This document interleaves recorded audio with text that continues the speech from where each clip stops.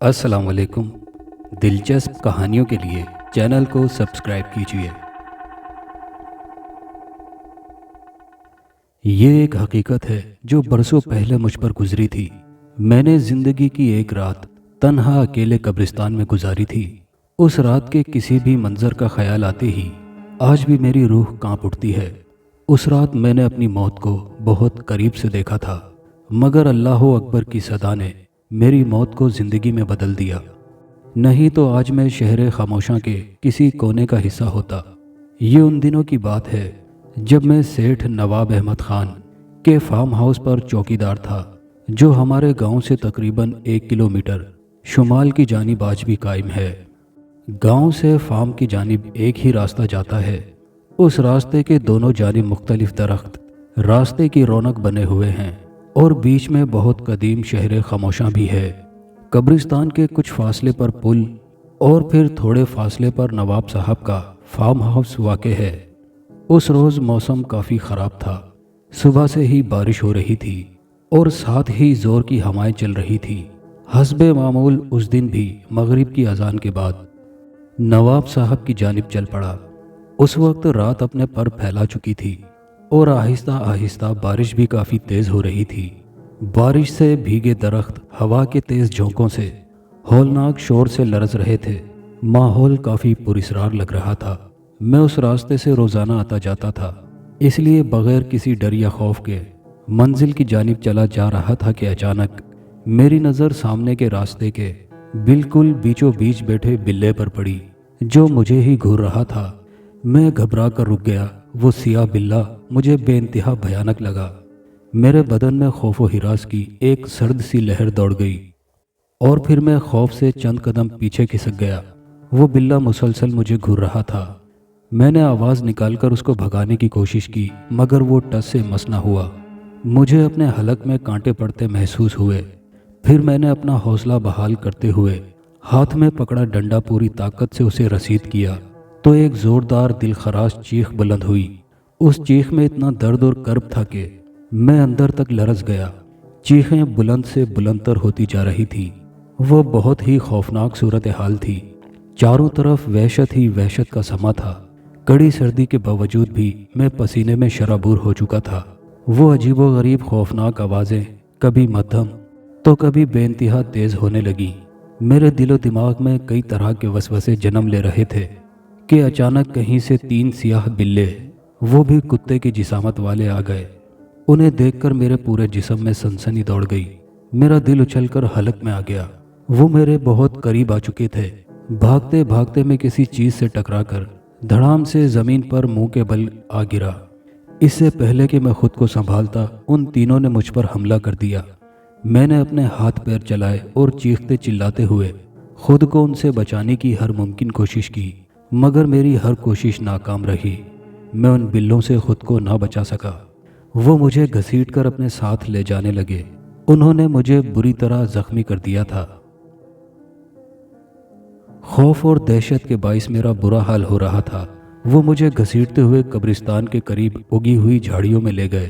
اس وقت میرا سر چکرانے لگا۔ مجھے کچھ نہیں سوچ رہا تھا کہ میرے ساتھ یہ کیا ہو رہا ہے۔ عجیب بے بسی کا عالم تھا۔ خوف کی وجہ سے مجھ پر کپکپی طاری تھی۔ میں تھر تھر کانپ رہا تھا، اور وہ تینوں بلے مجھے کھا جانے والی نظروں سے دیکھ رہے تھے۔ وہ بے انتہا ڈراؤنی شکل کے تھے۔ ان کے پورے جسم پر بڑے بڑے بال تھے جو انتہائی خوفناک، بدصورت اور بہت بھیانک لگے۔ ان کی ہیبت دیکھتے ہی میری چیخ نکل گئی۔ شہر خاموشاں میں پھیلے ہوئے اندھیرے میں پراسرار خاموشی اور تاریکی کا سناٹا تھا۔ قبرستان کی دل دہلا دینے والی تاریکی اور خوفناک ماحول میں میری نظر سامنے 2 کتوں پر پڑی، جو ایک دھنسی ہوئی قبر سے لاش کو نکال کر کھا رہے تھے۔ ان کتوں پر میری نظر پڑتے ہی میرے جسم میں کپکپی طاری ہو گئی۔ پھر یکایک مختلف آوازیں بڑھنے لگیں، اور آدم خور کتے سیکنڈ کے 1000ویں حصے میں مجھ پر حملہ کرنے کے لیے لپکے۔ وہ آدم خور کتے تیز تیز غرانے لگے اور آہستہ آہستہ میری جانب بڑھنے لگے۔ شاید وہ مجھے کاٹ کھانا چاہتے تھے۔ ان کو اپنی طرف آتا دیکھ کر میں قبروں کے اوپر چھلانگیں لگاتا بھاگ کھڑا ہوا۔ مجھے اپنا ہوش تک نہیں تھا۔ میں بس اندھا دھند بھاگنے لگا۔ رات کی اس تاریکی میں مجھے کچھ صاف نظر نہیں آ رہا تھا۔ کہ میں ایک قبر سے ٹکرا کر پانی سے بھرے کھڈے میں جا گرا۔ وہ بے انتہا بدبودار پانی تھا۔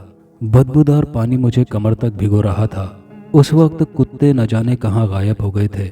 میں کافی دیر بعد سرد اور تاریک رات میں اس بدبودار پانی سے باہر نکلا۔ ابھی میں باہر نکلا ہی تھا کہ کتوں نے پھر سے دھاوا بول دیا۔ عین اس وقت کہیں دور سے اللہ اکبر کی آوازیں اس پراسرار ماحول میں گونجی۔ وہ یقیناً فجر کی اذان تھی۔ میں نے ایک دم کثرت سے کلمہ طیبہ اور درود شریف پڑھنا شروع کیا تو کتے غونغوں کی آواز نکالتے بھاگ کھڑے ہوئے اور پھر نہ جانے کہاں غائب ہو گئے۔ میں نے دل ہی دل میں اللہ کا شکر ادا کیا۔ یہ خدا کی کرم فرمائی تھی کہ اللہ اکبر کی آواز سنتے ہی ان خونخوار کتوں نے جان بخشی، نہیں تو وہ شاید میری جان لے لیتے۔ پھر میں نے اپنی پوری ہمت جمع کی اور بمشکل تکلیف سے آہستہ آہستہ چلنے لگا۔ ابھی میں شہر خاموشاں کے داخلی دروازے تک پہنچا ہی تھا کہ اگلے لمحے کا منظر دیکھ کر مجھے اپنی سانسیں رکتی ہوئی محسوس ہوئیں۔ نہ جانے کہاں سے یکایک سانپ، بچھو اور اژدہے اپنا بڑا سا پھن پھیلائے مجھے قہر آلود نظروں سے گھور رہے تھے۔ وہ اپنے خوفناک منہ کھولے پھنکار رہے تھے۔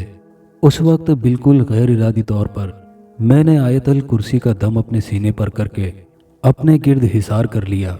وہ مخلوق چاروں طرف میرے گھومتی پھرتی رہی مگر وہ مجھے کوئی نقصان نہیں پہنچا سکی تھی۔ شاید میں انہیں دکھائی نہیں دے رہا تھا۔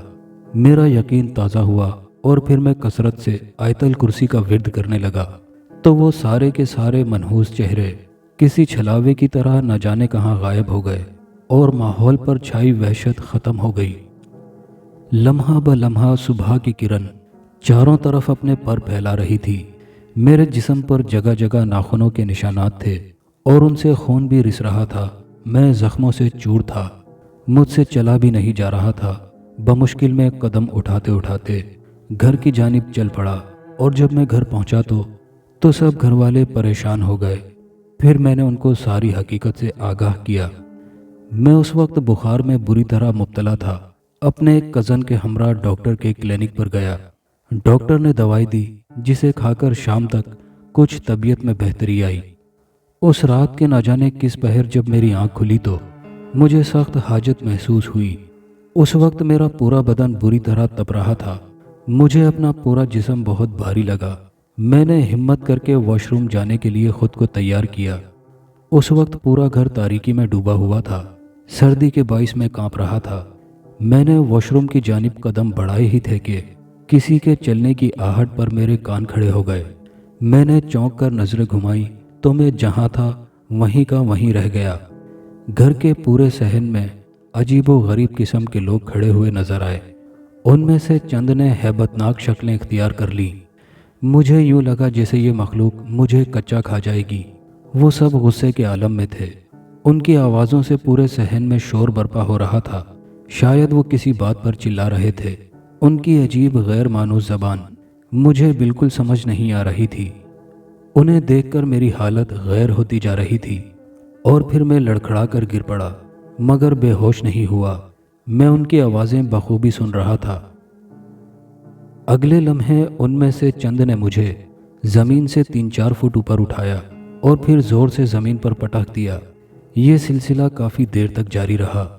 میں سمجھ گیا کہ میرا آخری وقت آن پہنچا ہے۔ موت کو سامنے دیکھ کر میری دل کی دھڑکنیں تیز ہو گئیں، جیسے دل سینہ چیر کر باہر نکل پڑے گا۔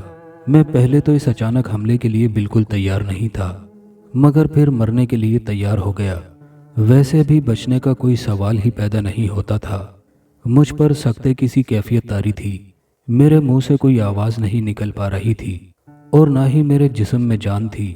بس آنکھیں تھیں جو سارا منظر دیکھ رہی تھی اور کان عجیب غیر مانوس زبان میں کی گئی باتیں سن رہے تھے۔ انہوں نے مار مار کر مجھے نڈھال کر دیا تھا۔ پھر مجھے کچھ خبر نہ رہی۔ لیکن سچ کہتے ہیں کہ خدا جسے زندگی دے اسے موت نہیں مار سکتی۔ صبح جب گھر والے اٹھے تو مجھے صحن میں بے جان پڑا دیکھ کر چیخنے چلانے لگے۔ گھر میں قیامت برپا ہو گئی۔ مجھے کاندھے پر اٹھا کر کمرے میں لایا گیا۔ مجھے سخت تیز بخار چڑھ رہا تھا اور میرے منہ سے آواز نہیں نکل پا رہی تھی۔ میری حالت دیکھ کر میرے گھر والے خاصے فکر مند ہو گئے۔ پھر ایک بزرگ کے آستانے پر لے جایا گیا جو گاؤں سے کچھ فاصلے پر دوسرے گاؤں میں تھا۔ ان بزرگ کی کرامات کے قصے پورے علاقے میں مشہور تھے۔